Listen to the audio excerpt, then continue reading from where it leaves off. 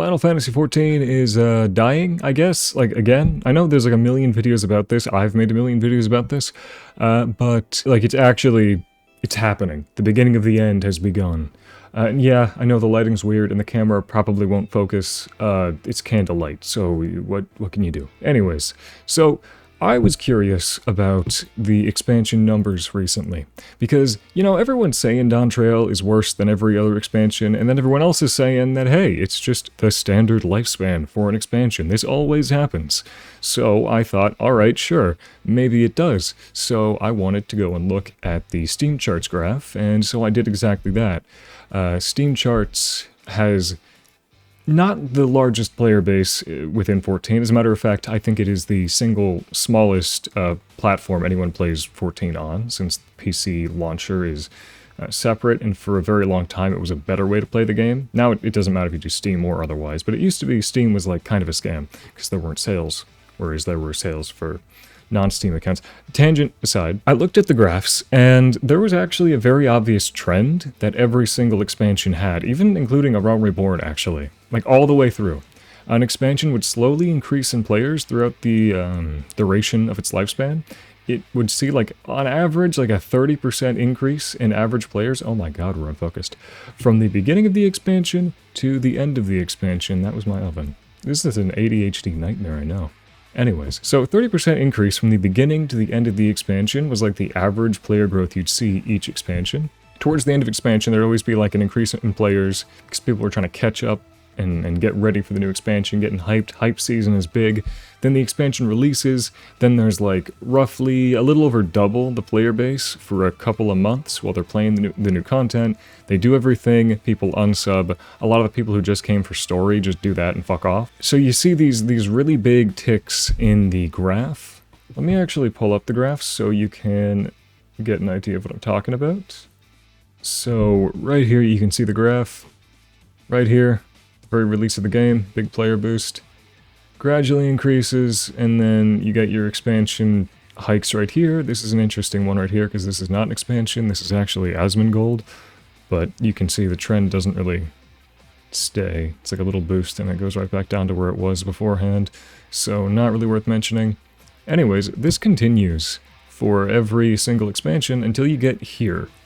This is Endwalker release, and you can see Endwalker is the first expansion where it's kind of going down. And this could be the result of the COVID boom ending, because this is around when that happened. Endwalker was also a infamously dogshit expansion for content. It had like the best story we'd ever seen, and then the worst content, which is a weird way to do things, but here you are. Because if you might remember, if you were a Stormblood player, Shadowbringers released, it like castrated the game and removed all of the interesting mechanics from normal content and made it like comparable to a cutscene, the level of difficulty and like player expression you got to have doing anything that wasn't extreme, savage, etc. There was also the delays that made patches take longer, so ultimately you actually see the player numbers don't really move, they kind of just stay neutral. So it's almost like the COVID boom ending and then the content just being really bad, counteracting the average growth that we would be seeing here. And then you can see like around here it does start to kind of stabilize a little bit. And then Dawntrail happens. Dawntrail, we see that big player spike again. However, the first time ever, we have an expansion that actually has a lesser amount of players than the one before it. That's crazy, but this was during COVID, this was not, so that might just be what it is. That still is a bit weird, because this sort of consistent growth trend that we're seeing does just up and die. But anyways, then we see Dawntrail, and Dawntrail is actually the first time we've seen a negative trend. It's hard to see it. If you just ignore these little spikes, these little bumps, you can see it's actually just making a line that is just going down. Now here, it's kind of hard to tell if it's even really doing that. 29,000, 35,000. It looks like it's staying the exact same, but everywhere else it's going up. So we see this is the big expansion release. Things are dying down. We're around like, I'd say around 11,000. And then we make it all the way up to 16, 18,000 before the expansion releases. Then if we look at right here, 25,000, 41,000. It's a little more than double what it was just before the release. Same thing happens here. This is, ignore this bump right here. I had to like double check this. This is literally just Asmongold. This lines up like perfectly with when he started playing the game, when his streams and his videos and shit happened. So it's WoW refugees effectively. Then we move over to here. 42,000 is the peak before the expansion releases. A little more than double that, 95. Same thing is right here. Same thing is right here. Then we move over to Dawntrail. 35,000. Way the fuck up, because remember, Endwalker was having a really rough time and it wasn't very fun. A lot of people were just dropping the game. Endwalker was like the most stagnation we've ever seen in expansion, because, I mean, they didn't change anything after Shadowbringers removed everything, so. But Dawntrail, 27, 19. Now, if we actually go closer in on this, which I'm not going to bother doing, I'm just going to hide this again. If we go closer in on that, you can actually see that we had a month where it was around 16,000 players, which is the lowest it has been since 2019. Remember, the COVID boom is over. That died off. You can see in the graph where that died off. So this is not the COVID boom. This is not that dying out. And what makes this doubly concerning is that a little while ago, about a month ago actually, Yoshida went out and he said that 14 had the worst sort of like a super abrupt turn of player consensus and perception of the game that he'd never really seen before. It kind of came out of nowhere, and that happened 3 months ago, according to him, which would be 4 months ago now, which lines up perfectly with when things started to go downhill there.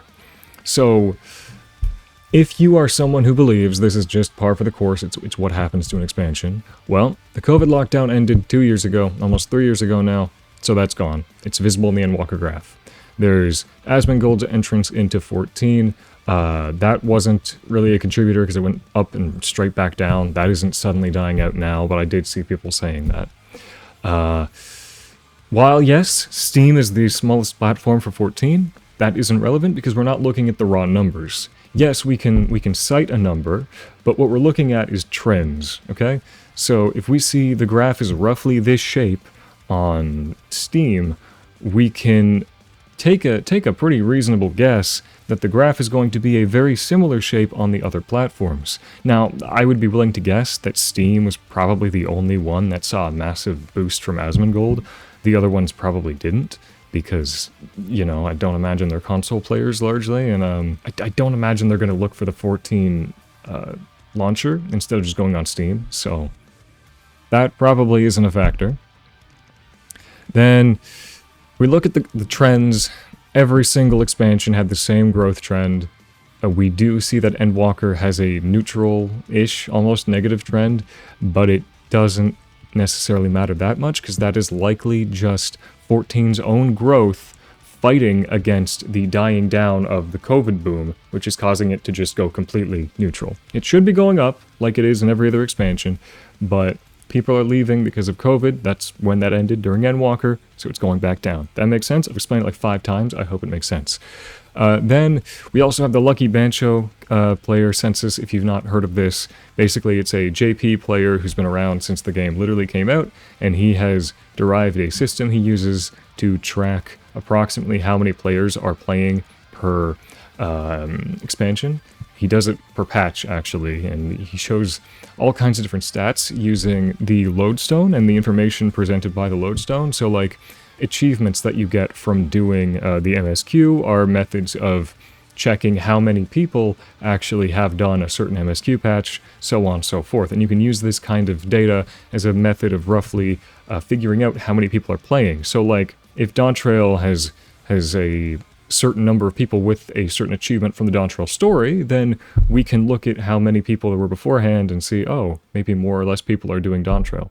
And something really interesting is a lot of people actually came back for Dawntrail. They bought it when that big spike happened, and a disproportionate number of players don't have the achievements of even finishing Dawntrail, implying that these people came into the game, then tried the story, thought it was so absolutely dog shit that instead of whining about it on Reddit or anything, they just uninstalled the game and unsubscribed. There's a lot of players still like that. With all of this laid out, and Yoshida also addressing that player feedback went from being very positive to suddenly super negative, almost like a complete 180 of the player perception of the game over the course of 3 months. What does this mean? Well, I believe, based on myself having I did a course on video game design as well as video game art. I guess the art point isn't irrelevant, but there you go. And I've also spent 20,000 hours in 14. I am 23 years old. Do the math, I have spent about 10% of my life playing 14, and I've owned the game for 8 years. So, there you go. There's my reason for thinking that I am allowed to have an opinion on this. Here we go. So, Final Fantasy XIV is a live service game, but it's a game that panders heavily to people who don't really enjoy the basic live service content. It panders towards people who enjoy the story, which is a weird thing to do. As a result, what this does is it creates a disproportionate number of people who are interested in story content. Now, how did they do this? Well, if you're a guy who likes MMOs, or you like the idea of an MMO, you want MMO combat, maybe you've played WoW or Guild Wars or something in the past, and you want to try out a new game, you're going to look at all the games and see what kind of offerings they have for a new player. What is the onboarding process? Well, look at something like WoW. You can buy the new expansion, gives you a level skip. You can get straight into the game and like try out the new content the same day you bought the game. Look at something like Lost Ark. You can make a new character, like a season character or something, and they are literally immediately kitted out and ready to try the end game content that is fresh, so you can see if you enjoy the game before committing time to it. Same thing exists in basically every single one of the current MMOs that are still like surviving. Like Elder Scrolls Online, you can just buy whatever piece of content you want of the new expansions and then just fuck off and go do that instead of doing the base story. Then we look at Final Fantasy XIV. What is the offering to a new player in Final Fantasy XIV? Well, you buy the game or you do the trial, and you have to do 300 to 500 based on how fast you read/skip cutscenes. Even if you skip every single cutscene, it's still over like 200 or something hours. Like it's a whole week of 9 to 5 just playing 14 to get from a fresh character to being able to do content that was released in the past 2 years. So immediately, if you're someone who just wants MMO gameplay, 14 is basically saying, hey, if you want to even try out the content that we have made, then you have to be willing to commit a shitload of time, and it's also like $120. And so new players who just want to play an MMO for MMO gameplay are getting in and they're just leaving. So what kind of people are getting into 14? Well, the game shoves a fuckload of story down your throat immediately and doesn't let up until you've done about... It's over 1,000 quests, I know that much. Then you're allowed to play the game. So people who enjoy story and who don't necessarily care about whatever the type of gameplay associated with it is, are the most likely people to get into the game. Basically what you're doing is you're filtering your players. You're saying, hey, if you're looking to get into like WoW-esque gameplay, or Guild Wars or whatever, you like raiding and such, the premier MMO content, we don't have that. I mean, we do, but you don't get to touch that until you've proven yourself worthy to join the cult. Not a great fucking idea, but nevertheless, it's what they did. So many of the players are hyper casual players. I wouldn't even call them casual MMO players because they're not. They're casual RPG players. They want the story and a very simple combat system. Single-player Final Fantasies have significantly more difficult and more interactive combat than what 14 has in its own campaign experience, which is kind of insane to me. Like playing Final Fantasy IV, it's like a night and day versus playing 14. Now 14 did have more engaging combat and content for the average player, but as the average player in 14 has shifted from someone who plays MMOs back when the story was fairly short to someone who doesn't and just plays story, they've basically tried to make it so you don't need to know how to play an MMO to play the game. which means that MMO mechanics are now disappearing from 14's average content, and the only kind of difficult content 14 has is the super difficult dancey content, where dance content basically means you're playing Simon Says. You have a very specific number of steps you have to follow, and if you can't follow those to a T, pressing all of your buttons at a specific time in a specific order, you basically don't clear the fight. It's not very reactionary. It's like memorize the fight and then do everything you memorized rather than know how to play the game mechanically on a good level. 14 also has a development team who love to listen to their community. Now, this sounds like a good thing, and it kind of is, but the issue lies in the fact that they have made their community not enjoy the gameplay their game has. So when they listen to their community, what they have to do is take requests to remove the gameplay, to dumb it down, to simplify, to rip away the things that make 14 a compelling MMO to the average person. Now, this is enhancing the experience for the story players, but the thing is, 14 is a live service game. And if ever there's a bad story patch, uh-oh, I think that might have happened, the story people might leave. Which is exactly what happened, seeing as we have people who came in for Dawntrail and didn't even finish the expansion, they just unsubbed and it's been a year and they didn't come back. As someone myself, massive 14 lore nerd over there, I've got all of the lore books.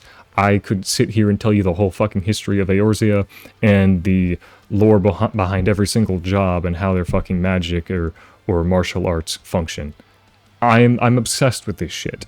And when I finished Dawntrail, I wanted to actually just uninstall the... Like, I had to stop playing for about a week to forget the story so I could get back to the game because it killed my love of the game. I see a lot of people blame lamat. The thing is, like, I didn't even care about lamat. lamat is she's nothing. She doesn't offer anything to the story. She isn't necessarily the biggest problem either. The issue with the story is that they got lazy with the writing. They decided to throw away basic competency. Fucking even the sentence structure is terrible. Every single thing you'll find in the beginner's rulebook to how to not write a fictional story is something that they do when writing Dawntrail. It's insulting, and I don't want to keep talking about it, because I think I've gotten the point across, and it also ruins my mood to talk about. So, with a story being that shit, and the game really depending on story players to play it, there's a high chance you're going to lose a lot of those people, which they did. Now, if we look at the other community who is still hanging around, that's the role players. Now, incidentally, the role players, they had a little funny fuck up. You see, role players utilize porn mods to enjoy their game. Not all of them, but a large portion of them in 14. And mods in 14, any mod, DPS meters even, are bannable. Now, they don't usually ban you for it. They can, but they don't. It's more like the TOS just says they can, so that if a moderator decides they want to obliterate you, they have the right to do so, and you can't really complain, but they're probably not gonna unless you go around talking about it, which you shouldn't be, but even then people do, and they don't get banned. But someone made this mod wherein you can download other people's mods remotely and instantly. It lets you see what kind of horrifying abomination other players have turned their characters into via rampant unchecked modding, so that way you can be a little bit more immersive in your roleplay. Or your Fuda Balmung sessions. Thing is, the person who made that mod made a little fucky-wucky, and he decided that he was going to include Square Enix copyright in his GitHub, or at least that's what I have heard. And as a result, Square Enix legal team was like, hey, we can't let you do that. And so they sent him a cease and desist and obliterated the mod, and it's gone. This pissed off the role-playing community, and now a lot of them have left, because basically everybody was using this mod. It was called Mare Lamentorum, which is the name of a zone, and they called it the name of a zone, so you could talk about it in-game, and people wouldn't know you weren't just talking about the moon. So, role players got pissed off and left, story players got pissed off and left, the only thing left is the core live service MMO players. They haven't been happy in about 8 years, maybe 9. And as a result, now that those players are gone, it kind of makes sense that Yoshida would say that he's suddenly getting really bad feedback for the game. It's not like people have just stopped complaining about the experience for someone who wants to do like mid-core MMO content, or even like high-end. The high-end is kind of boring too. I don't like dance fights, to be honest. They're not that fun. Regardless, people have been complaining about jobs getting simpler and losing their interactivity. It's not about difficulty. Keep that in mind. It is not about difficulty. It's about interactivity.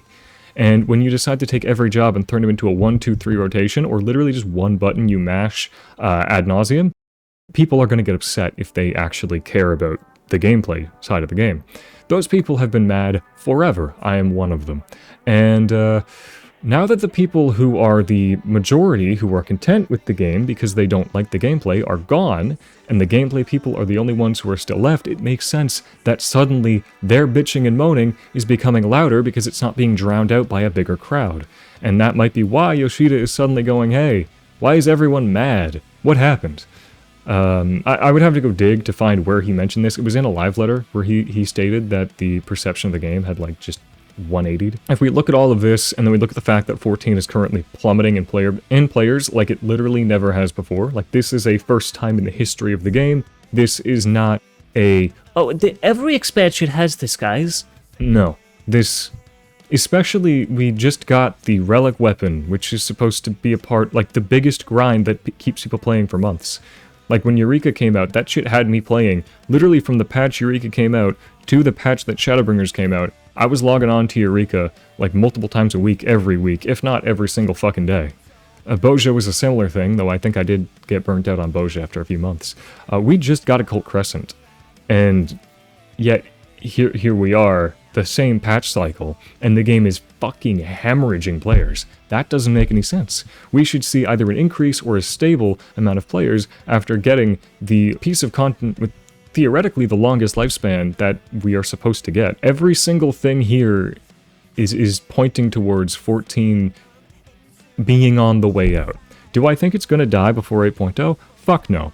But 8.0 I think needs to have some pretty serious changes, and this is going to sound maybe a little bit too armchair developer, but I genuinely think I know exactly what they have to do to fix it. This is going to be my hot take that I'll end the video off with. I think in order to completely restore 14 and save this game, send it back on an upward trend, is to completely and entirely remove the requirement to do story content to play any of the content in the game. I don't just mean... the new players can play the new expansion 8.0 story just as soon as they buy the game. No need to play the previous... No. I mean, literally, if they don't want to read a single fucking cutscene and want to instantly go and try out content, they should be able to do that. That is what I think 14 needs to have. I think that you're going to need to rework the leveling system for the game to make it a little bit more compelling for, you know, somebody who's getting into it without the story, to give them a fuckload of EXP for the first job and an armory bonus to make the previous ones go faster, because those ones aren't going by the 1,000+ quests. If you want to keep it like succinct with lore, you could make it some kind of instance of maybe a special location or some weird fucking rock that your character is exposed to that lets them start seeing potential futures via the echo, and then they're living out those futures, kind of like how an ultimate raid or a savage raid or most of the extremes aren't canon, they're just things your character hallucinates. So there's some ideas there as to how that could possibly make sense. Another thing that would support that would be reworking the open world zones, because if you wander around in Eorzea, it's basically dead. There's like no reason to be in a zone ever unless you're on a hunt train, and then it's back to being completely pointless. So if we were to, say, take the things we were putting into exploratory zones, which is the Eureka, Boja, Occult Crescent, and then just put those kinds of systems in every single zone, the kind of loot and rewards that we put in a dungeon, we just put them in zones, I think the game could actually see a massive comeback, because what they'd be doing is adding the MMO back into the game. Now, what this would do is create an onboarding process that 14 would actually have to compete with the other MMOs, because right now 14's onboarding process, it isn't even a question when an MMO player is looking for something to play.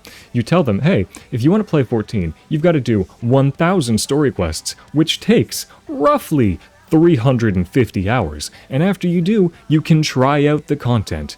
And you're gonna have to play through the entirety of 10 plus years of story before you can even try out the content to see if you enjoy it, because the game is so backloaded that you literally won't have access to any of the main things your job is supposed to do until at least level 70, and even then, you basically have one thing.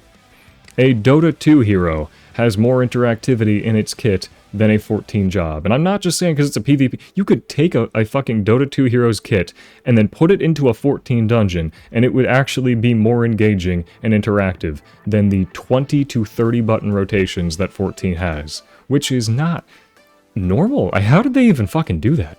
That is like the definition of button bloat. There's so many buttons that don't do anything. It's just, you press this one after this one, because this one will make this one light up, and you press that one, because that one lights up. There's no decisions you can make. You just have to memorize the order you press them in. Fucking okay. Alright. So if we were to then have players come in who were looking for an MMO to play, and actually experiencing a proper onboarding process with 14, what you would get is more players playing 14 who actually liked MMOs, which would mean that 14 was going to get feedback on its gameplay, which means that 14's developers, who try to do what the community wants by like the largest majority of players, they'd actually start improving the game's gameplay. So now you can have a strong story, you can have a strong gameplay aspect, and the role players probably aren't coming back until they make another method of looking at each other's like cock mods. So that one might take a while, but at the very least, you've now got story players and actual content players. So if one of those two things is bad, your live service doesn't fucking die. And ideally, you would also want the one that like encourages people to play consistently to be the stronger one, not the one that encourages you to buy a new expansion, play for about a day, and then unsubscribe. That I really don't understand why 14 is a live service like visual novel. That's fucking weird. I'm not sure how that like model even worked in the first place, but it did. Anyways, that's all I've got for you. Thanks for watching. Sorry about the weird lighting. Bye. Or, oh, sorry, that's not my outro. Thank you kindly for watching, and fare thee well, or whatever I say. Bye-bye.